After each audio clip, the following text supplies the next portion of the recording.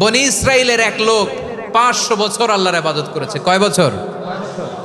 কোথায় জানেন? সাগরের মাঝখানে এক পাহাড়, ওই পাহাড়ের উপরে বসে 500 বছর টানা আল্লাহর ইবাদত। দিনে আর রাতে একবার করে নিচে নামতেন।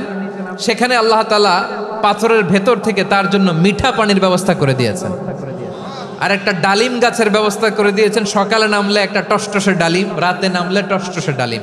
এগুলো খেয়ে খেয়ে 500 বছর সে আল্লাহর ইবাদত করেছে। আর সে আল্লাহর কাছে বলেছে, আল্লাহ আমি যখন মারা যাব সেজদারত অবস্থায় যেন মারা যাই। ঠিকই আল্লাহ সেজদারত অবস্থায় সাইয়েদনা আজরাইলকে পাঠিয়ে দিলেন। সেজদারত অবস্থায় লোকটা মারা গেল। 500 বছর ইবাদতের পরে আল্লাহর দরবারে কিয়ামতের কঠিন ময়দানে যখন লোকটা হাজির হয়ে যাবে, আল্লাহ বলবেন, আদখিলু আবদি আল জান্নাতা বিরহমাতি, আমার বান্দাকে আমার দয়া আমার ভালোবাসা দিয়ে জান্নাতে ঢুকায়া দাও। 500 বছর ইবাদত করছে তো আমার দয়ায় আমার বান্দারে জান্নাত দাও। এই বান্দা বলে, বালবি আমালি, আল্লাহ তোমার দয়া লাগবে কেন? আমি আমার আমল দিয়ে জান্নাতে যেতে চাই। কি দিয়ে? কথা বুঝে নাই বোধহয়। আল্লাহর এই বান্দা কি দিয়ে জান্নাতে ঢুকতে চায়? আমল দিয়ে। আল্লাহ বলছে, আমার দয়ায় আমার বান্দারা জান্নাতে নিয়ে যাও ফেরেশতারা।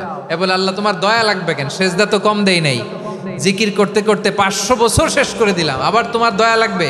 আমি তো আমার আমলেই জান্নাতে যেতে পারি। আল্লাহ বলবেন, তাই ঠিক আছে, আমি চাইলাম দয়া দিয়ে জান্নাত দিব, তুমি চাইলে আমল দিয়ে ঢুকবা। ঠিক আছে, তোমার আমল আর আমার যে দয়া দুইটার একটু মাপ দেই। তোমার 500 বছরের ইবাদত এক পাল্লায় রাখো। আর আল্লাহ বললেন, আমি যে দয়া করে এই দুনিয়ার নাজ নেয়ামত বিউটি সৌন্দর্য দেখার জন্য তোমার দুটা চোখ দিয়েছিলাম, দুটা নয় একটা চোখ আরেক পাল্লায় রাখো। রাখা হবে, দেখা যাবে ওই 500 বছরের ইবাদত হালকা হয়েছে, আর মুহূর্তের মধ্যে আল্লাহর দেয়া একটা চোখের নেয়ামত ভারী হয়ে গিয়েছে। আল্লাহ বলবেন, তোমার কথা মতো মাপ দেয়া হলো, এবার ফলাফল দেখো। হিসাব বলে, তুমি এখন জাহান্নামে যাবা, go to the hell fire, যাও এবার জাহান্নামে যাও। মাপ জোখে যখন আসছো আমার সাথে হিসাব ক্যালকুলেশন, যাও তুমি এবার জাহান্নামে যাবা।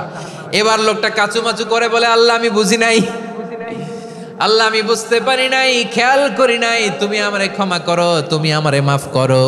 ও আল্লাহ, এবার আমি টের পেয়েছি, এবার আমি বুঝতে পেরেছি, তোমার দয়া ছাড়া দুনিয়ায় কেউ জান্নাতে যেতে পারবে না, কেউ পারবে না।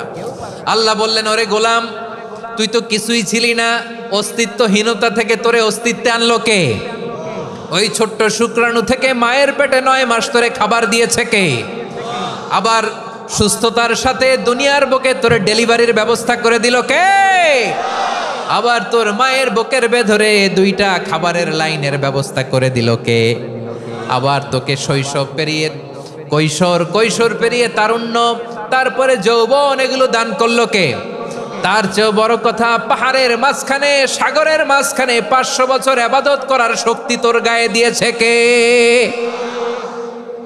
এই সাগরের মধ্যে লোনা পানি, লবণের পানি মুখে দেয়া যায় না, সেখান থেকে আমি পাহাড়ের ভেতর থেকে মিঠা পানির ব্যবস্থা করে দিলাম। ওই জায়গায় তোরে রিজিকের বন্দোবস্ত করলো কে? সকাল বিকাল 2 বেলা টসটসে ডালিম খাওয়ার ব্যবস্থা করে দিল কে?